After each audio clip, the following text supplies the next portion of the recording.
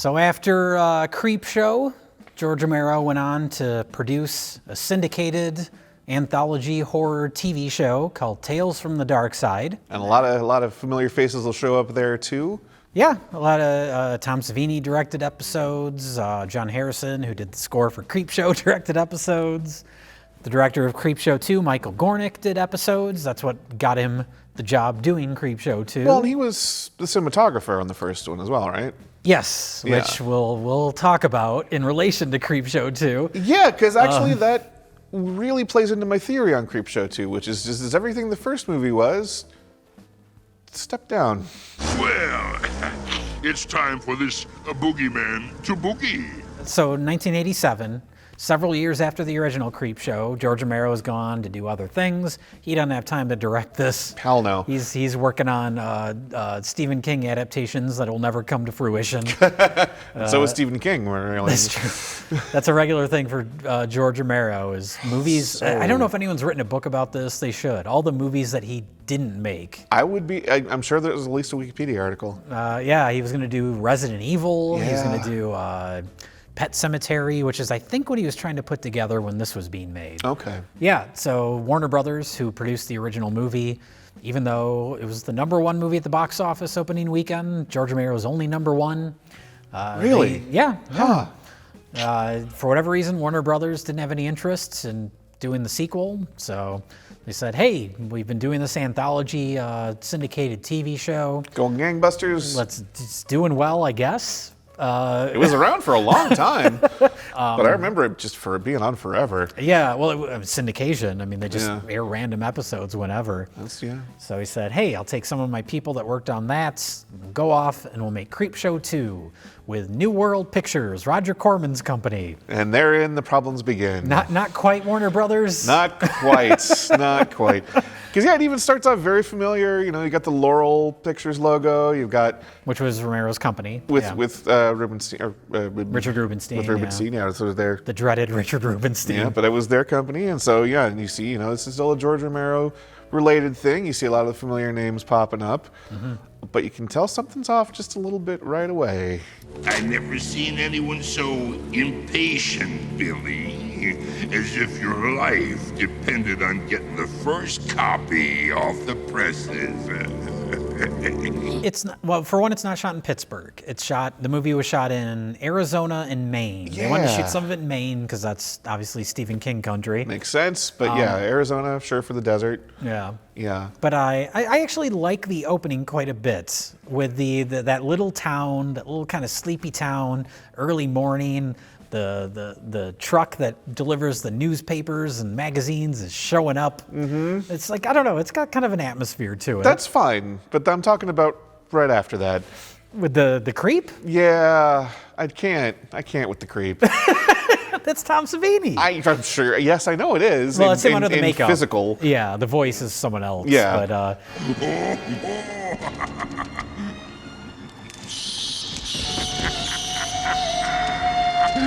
But it doesn't matter that it's Tom Savini because it's complete makeup. It's like he's got balls for a chin. He's got all these warts and things. It's just like this plasticky looking thing that it looks like he didn't get a lot of time to put together. well, to be fair, it does look more like the horror hosts from the old EC comics Yes. than the creep in the first movie does. It does that, and I understand that's why it's like that, but it already is. I mean, he's already talking to this kid. Yeah. And you're the first boy to show up, and the news stand isn't even open. He's not going to be able to get a hold of the comic, but luckily animation comes to save the day. Well, luckily he's not the right word. Because that's the thing is like they wisely tried to not like replicate everything about the first movie. They're like, we're a sequel, we're gonna have a different host or whatever wraparound monster you want to have. All right. But the transition to the animation is such a step down from the animation in the first movie. It looks like Saturday morning cartoon. Yeah, that it's cheapo animation. Real cheap, cheesy stuff. Yeah.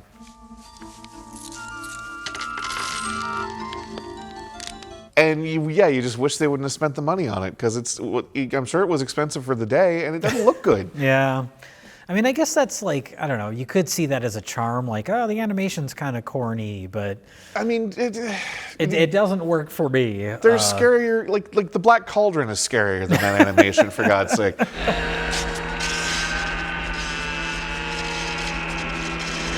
Which is unfortunate, because the idea, it leans more heavily into the animation than the first movie did. Yeah. Partially for budget, so they didn't have to shoot as much live action stuff.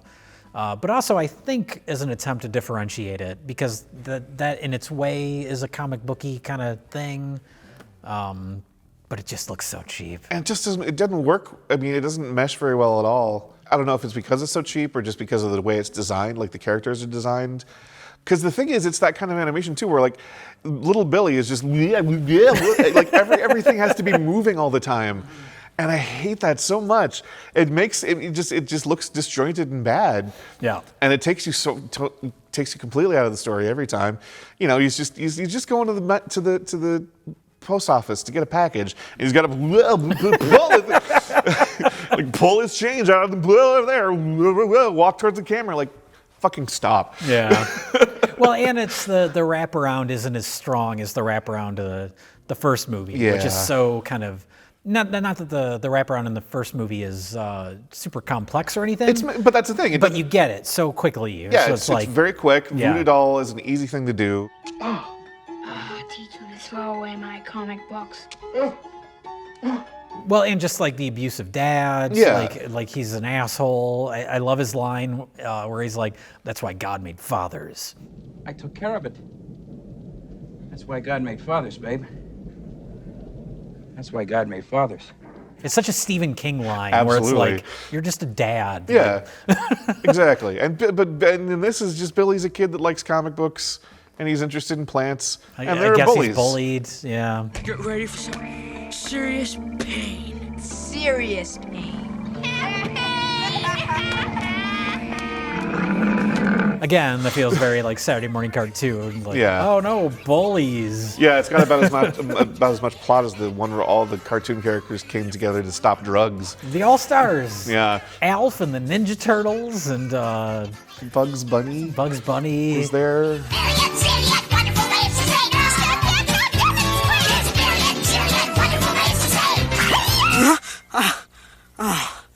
What a nightmare. But I do like, and I think you'll probably disagree, I have the soundtrack here. Overall, I don't like the score. I do like the main theme.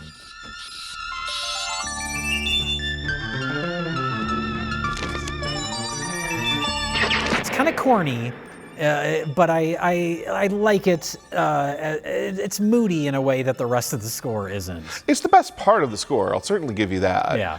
But it definitely it's got a completely different feel than the original. It's like they spent the money on an orchestra with actual strings. Like, why?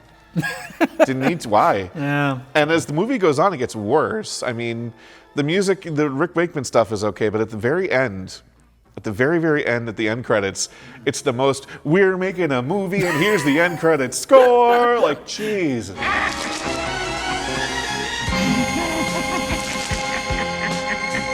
And it just sounds completely out of place to me. Yeah. But luckily it's at the very end. Yeah. But I think that's kind of my problem overall with the score, is that it's very bombastic, very heavy.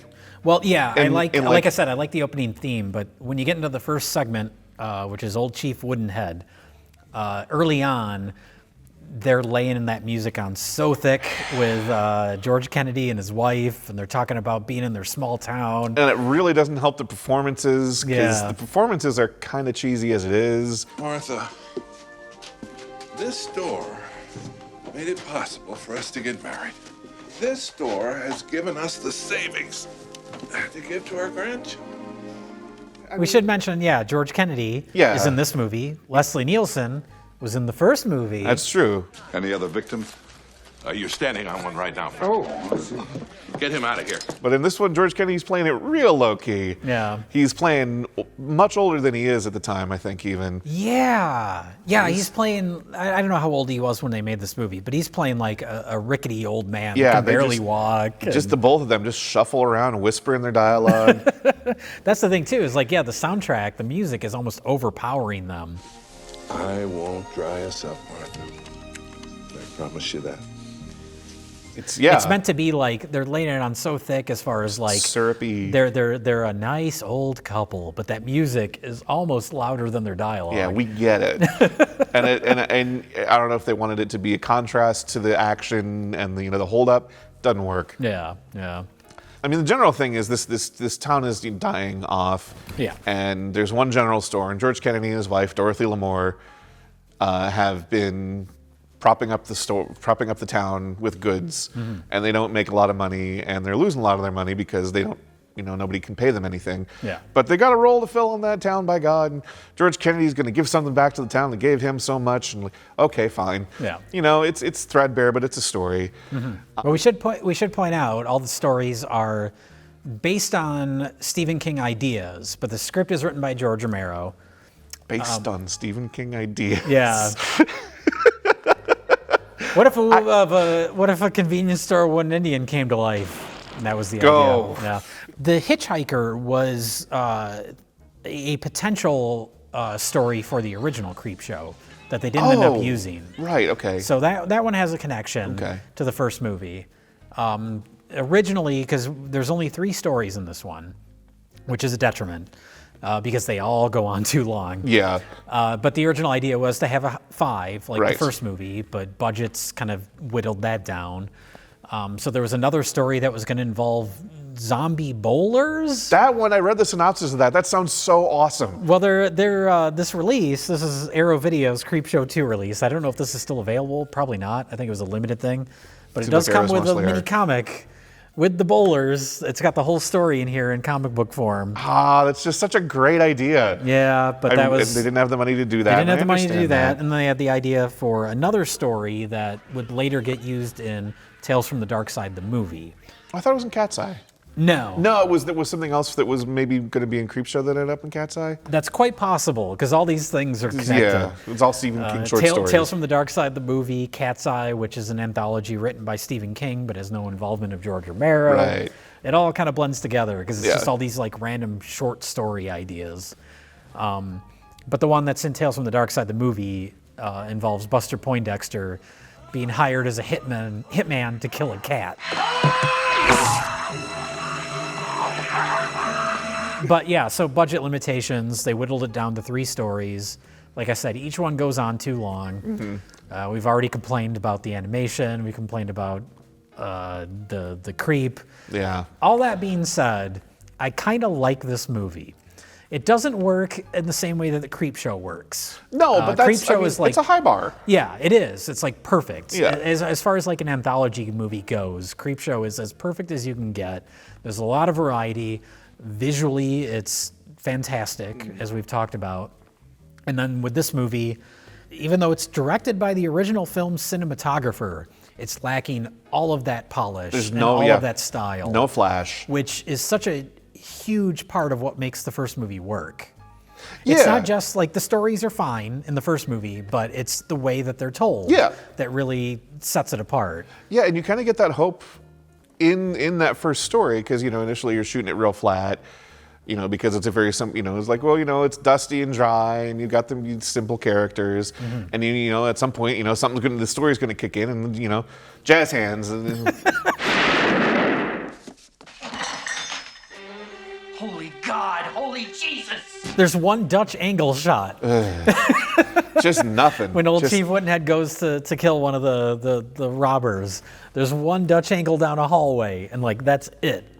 And you would think if anyone outside of George Romero understood the importance of the visuals of the first movie, it would be Michael Gornick. But from what I understand, he said it was a budget thing, because it is like, you could say like, oh, you just splash a red gel on them, but there are like specific like pattern backgrounds. Yeah, okay. I mean, they're complete other setups. All right. And if you don't have time to do those, you know. How much does it? How much does it cost to make the camera go like that? Yeah, I don't know. I don't know.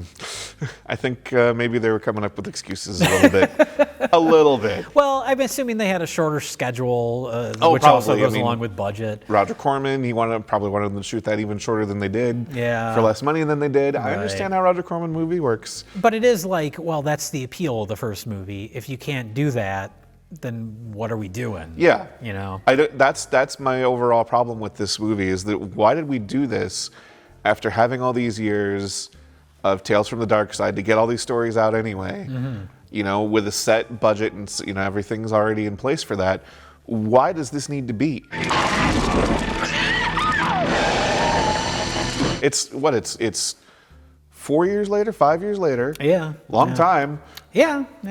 It's a different studio entirely, and I don't know what kind of release, coverage Roger Corman had at the time, but I assume it's not Warner Brothers. New World did pretty well. New World was when Roger Corman was still doing theatrical. Oh yeah, because I recognize that New World logo from so many movies. No, I know it well. The Elvira, Mistress of the Dark movie. I think the Killer Tomatoes sequel.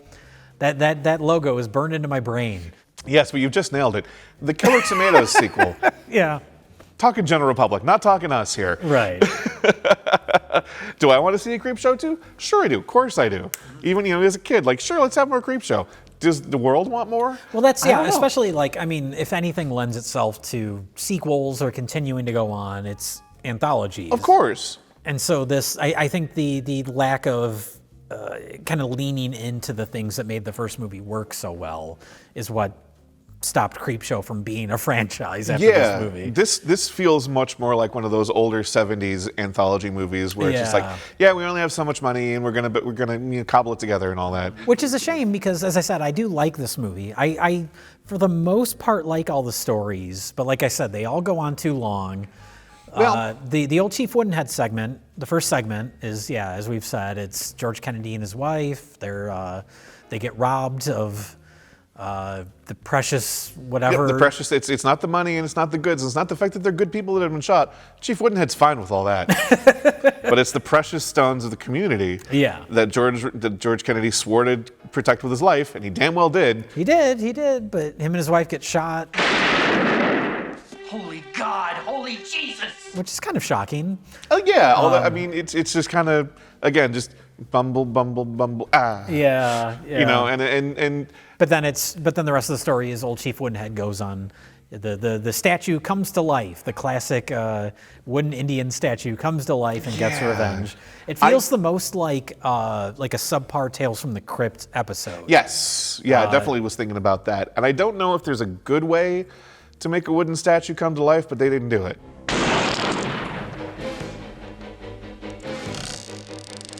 Yeah, it's so clearly like foam latex. Yeah.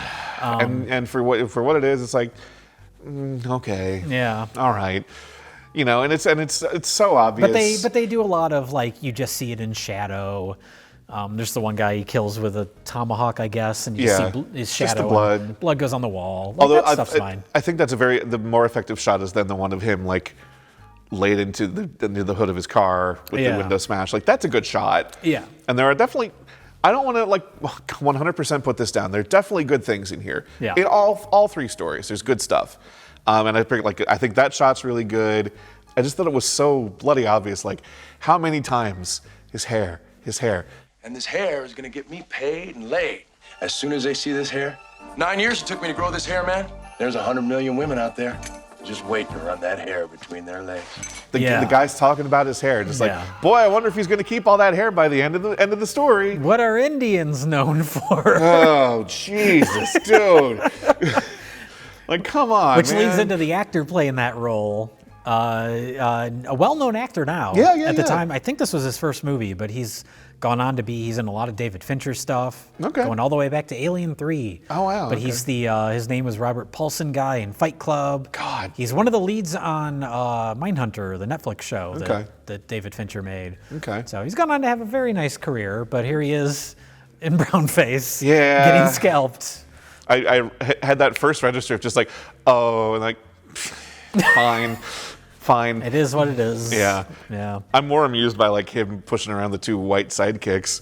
Yeah, And we get one of them is funnily enough played by Hal Holbrook's son. Yeah. Who is playing the just standard '80s fat guy With the terrible slob laugh. Fat guy. Eat big. He's chugging 2 liters of soda and wearing a hat that just says bullshit. Kind of want one of those. He's standard '80s slob Yeah. character.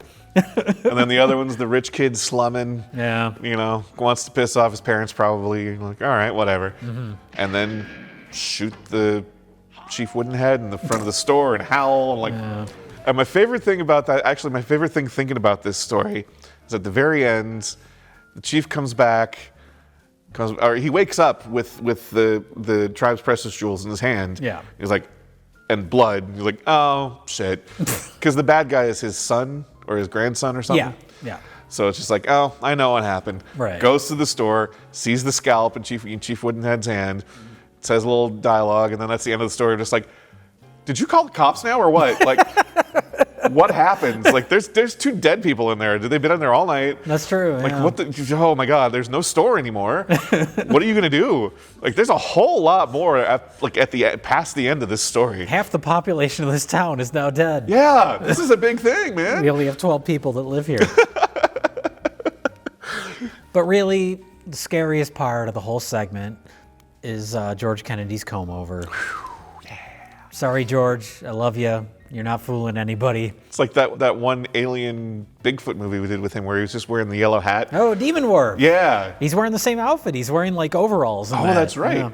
Yeah, but he's not wearing the yellow hat because we just assumed he showed up and was just like, I'm wearing a hat. Yeah. This one is just like, oh, George, let's comb that over. Let's make that look nice. Starting at his ear. My grandpa was the same way. Yeah. Start all the way over here and just boom. Everybody knows, dude. Yeah. Everybody knows. It's okay. It's fine. Own it. Yeah. Try to go bald gracefully. I'm doing my best. It's happening. What You am I gotta going to do? start parting it at the ear. Fuck no. Oh my God. If it was not combed over, like that hair starting right here is so long. Oh yeah, you see and it. that'd be going down to like his shoulder if it Yeah. went this direction. Yeah, anybody who's got a comb over, if they get in a windstorm, that's when you see the fucking sail come up. It's like Bill Murray in Kingpin. Yeah. Where he starts going this direction. That's exactly what it fucking looks like. Yeah. So that's George Kennedy's comb over.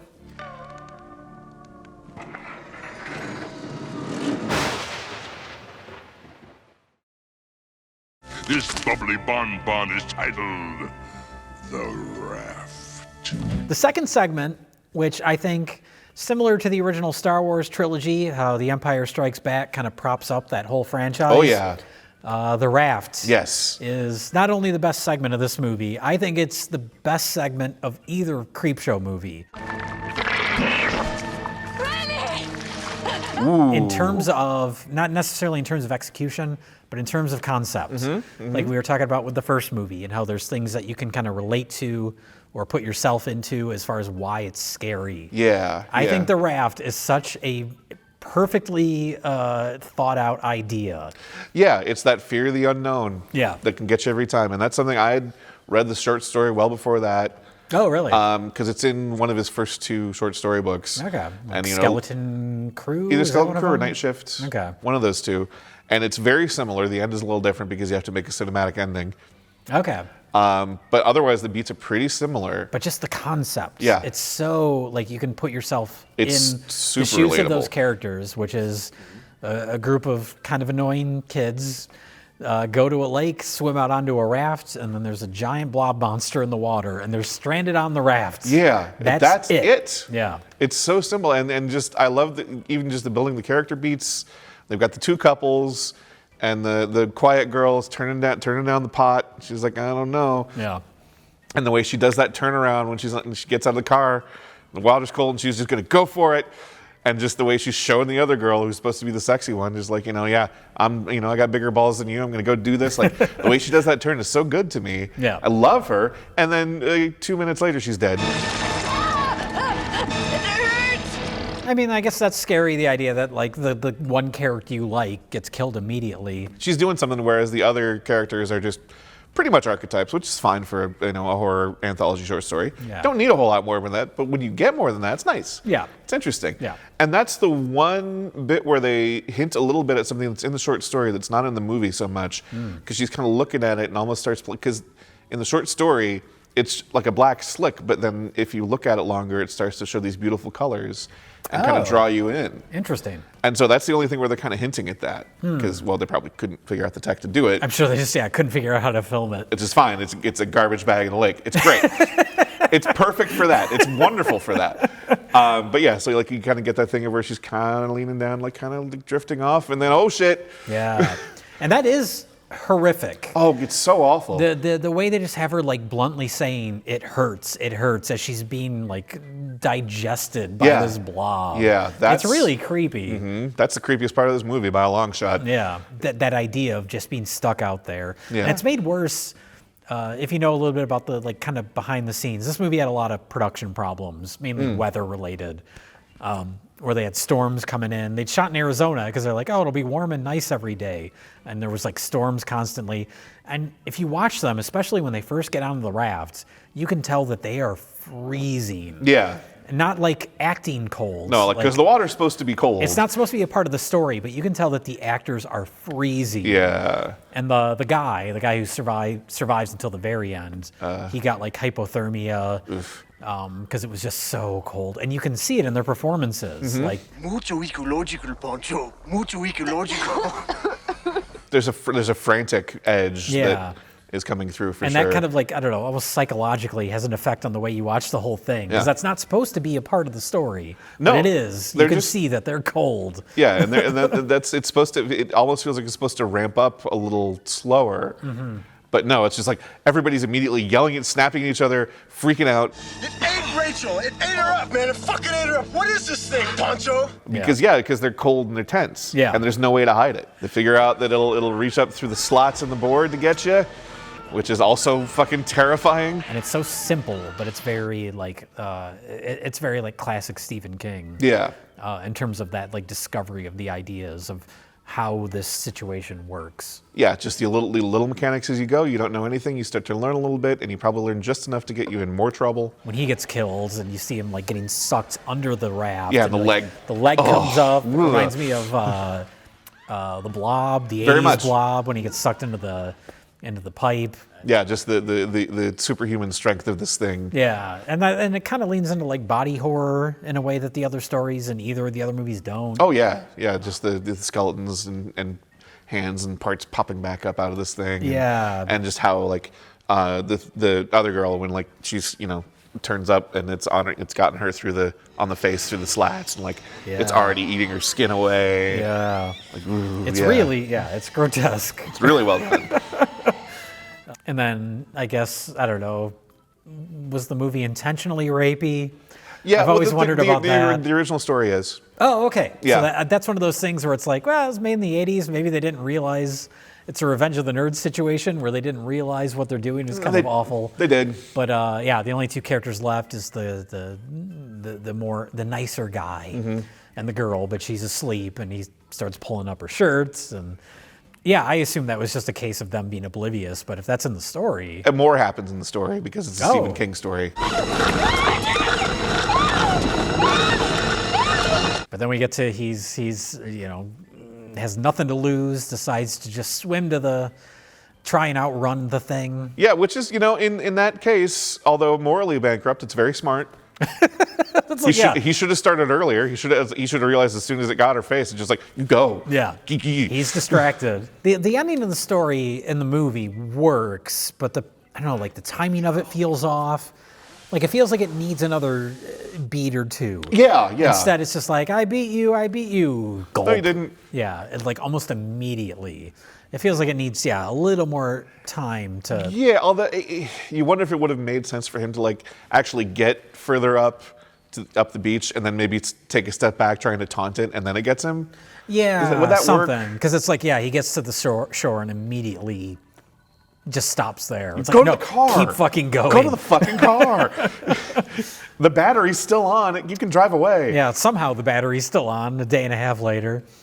But it does have that nice little drift over to the no swimming placard. Yeah. I'm presuming because it was actually fully written by Stephen King initially, as opposed to jotted down a brief idea and handed over to George Romero. Yeah. Nothing against George's work, but when you're working with something that's already more complete, it's just going to work better. Right.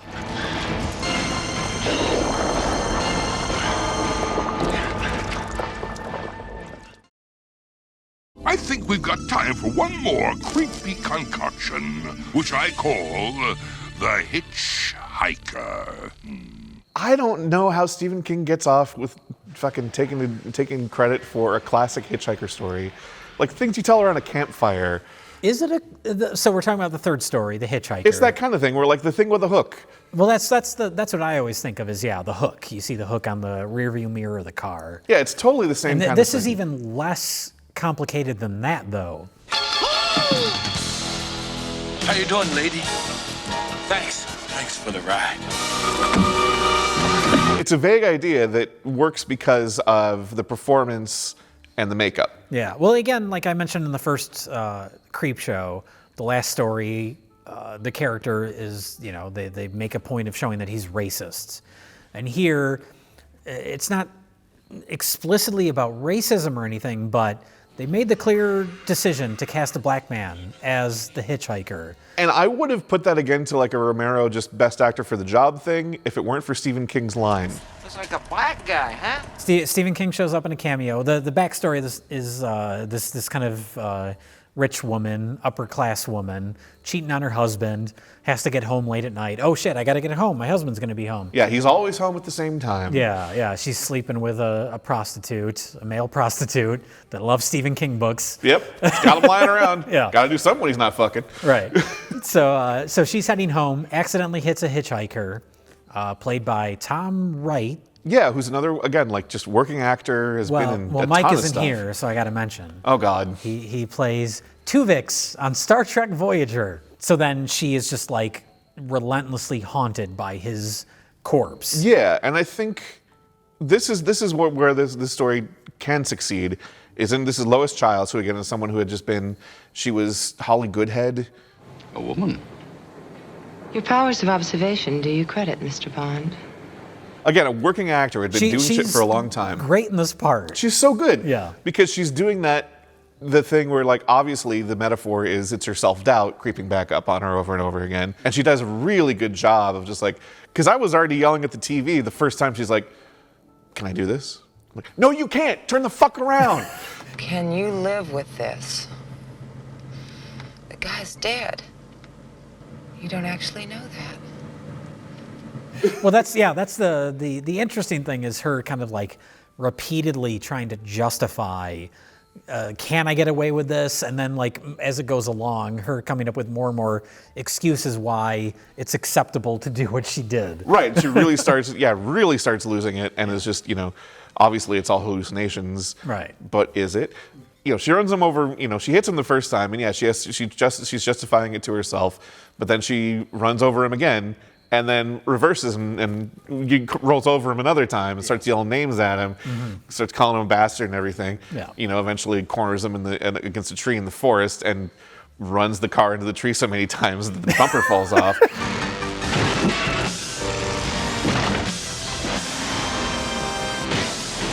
But that's the whole thing is she's trying to like convince herself that what she's doing is justified. Yeah. And it's first justified for leaving the scene of the accident, and then justified for repeatedly mutilating this body. Oh, which the other thing is the makeup. Yeah. Is so good, and it's just more and more torn apart. Yeah. And it really works well. Mm-hmm. It's really well done, and yeah, it really. I mean, obviously for us, I think for the audience, like it doesn't feel like it's real necessarily. Oh yeah. Like it's obviously, for me it's obviously in her head, but that's more fun to watch because it's watching her, spiral into this. Yeah. And how she has to keep justifying deeper and deeper. Well, and the fact that he's not elaborating, he's not trying to haunt her, he just keeps saying thanks for the ride. Thanks for the ride, lady. Thanks for the ride. But yeah, this is one of those things where, like I said, all the stories go on too long. Does this go on?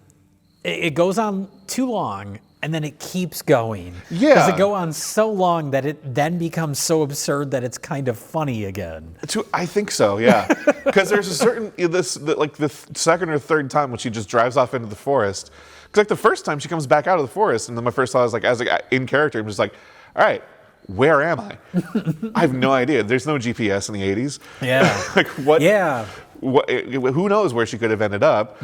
So apparently, essentially from that point, she's just driving somewhere. Hopefully, she knows how to get home from wherever she is through the forest 2 or 3 times. Yeah. But yeah, it builds to a point of absurdity for sure. The abuse that she puts on him gets worse and worse. Yeah. He keeps falling apart more and more to the point where he's basically a Muppet at the end. Yeah. He gets off front of the car and it's just a hand puppet. Yep. Just a bloody Muppet. But yeah, that's it. It's so simple. And I like the little which, depending on how closely you were paying attention, you might not have noticed that the guy that stops sees the accident and picks up the phone. That's her husband, and that's why he's late. Oh my God! You didn't catch it. I did not notice that. I think they shoot the license plate, and it's the same as hers. Oh. I didn't catch it until he pulled up at the end. I'm like, the reason he was late for the first time ever is because he had to pull over he saw the because of her accident. Oh my God! So I guess I made the movie better for you. You're welcome. You did. All It's a right. movie that I like well enough. Yeah, let's not talk about the animated part at the end. Let's just let that go. Oh yeah, he sends away for Venus flytrap, and it's big, and it eats the bullies, and then it ends. Yeah. Turns out he already had Venus flytraps. And then the creep throws paper all over this road in Maine, the end. But that's kind of fun, just because I'm picturing Tom Savini in that makeup, because it holds on that through the entire credits. Yeah, he gets all the way going. He just keeps driving. Yeah. And I'm picturing Tom Savini on the back of that truck, like, oh, we're still going? All right. Okay, can you turn left? Go get a beer. So that's how the Creepshow franchise ends. Well, not with a bang, but with a whimper. Yeah. There is a Creepshow 3. I went ahead and watched the trailer, and that's as far as I'm going down that particular road. It's no involvement from anyone. No George Romero, no Stephen King. They just bought the name, right? It's a company, I don't remember the name of the company, but in the early 2000s, they swallowed up the rights to Creepshow and Day of the Dead. Because the George Romero Dead movies, the rights are all over the place. Yeah. So yeah. they made Day of the Dead. It's like Day of the Dead 2 Contagion. Oh, that one. Or something like that. Yeah. God. Yeah. I never saw it, but Creepshow 3. They made Creepshow 3 just because they wanted to capitalize on the name. Direct-to-video thing. I've seen clips. It looks like the worst shit ever. Yeah. It really looks bad. Looks cheap. From what I understand, it doesn't even, the stories don't make any sense. It's just a low budget company trying to, we got the rights to this thing because they weren't really worth anything at that point. Can we make an anthology movie? Of course we can. Yeah. But there is a spiritual sequel, a Creepshow 3, in the form of Tales from the Dark Side, the movie. We mentioned Tales from the Dark Side earlier. Which is almost like Creepshow 1.5 in its way. Yeah, it's directed by John Harrison, who did the score for the original Creepshow. And he directed some other things. He's directed episodes of the new Creepshow series. Oh, cool. The Shudder series. Have you ever seen Tales from the Dark Side, the movie? No, I don't think I ever have. I'm going to say it's a notch above Creepshow 2. Okay. It has 3 stories, similar to the original Creepshow. Lots of famous people before they were famous. Oh. Julianne Moore, but it's 3 stories, and they're all Deborah Harry is in it, in the nice. wraparound segment. Nice. It actually has the best wraparound of any of these movies. Yeah. She kidnaps, not Joey Lawrence, Matthew Lawrence. Whoa. The younger Lawrence. I can't lose! She's a witch, and she's going to cook him. And he's trying to distract her from cooking him by reading her stories. That's awesome. And that's the wraparound. That's great. But Tales from the Dark Side the series was produced by George Romero. Yeah. He wrote segments for the Tales from the Dark Side movie. So if you want more Creepshow, Tales from the Dark Side, the movie, is the closest you get. Okay. So that's the Creepshow franchise, which I guess technically exists as a franchise. Yep, there's one great movie to watch.